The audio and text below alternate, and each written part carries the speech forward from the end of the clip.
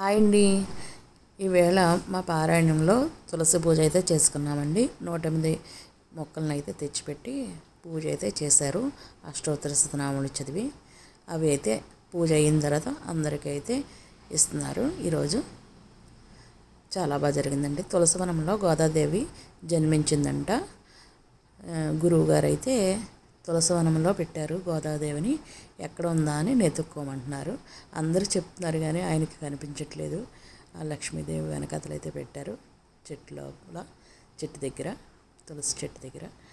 ఆయన అయితే కనుక్కున్నారు గోదాదేవిని. అయితే ఈరోజు గోదాదేవి జన్మించిందంట. అసలు తులసి మొక్క ఎలా పుట్టిందనేది నేను ఫుల్ వీడియోలో అయితే నేను పెడతానండి. ఇలా నెల రోజులు కూడా, ధనుర్మాసం నెల రోజులు కూడా ఇలా మాకు పారాయణం అయితే ఉంటుంది. ఇక్కడ ఇస్కాన్ గుడి అంటే కృష్ణ చైతన్యాశ్రమం అని ఉంటుంది ఆర్యాపురంలో. అక్కడైతే మాకు రోజు చేస్తారు.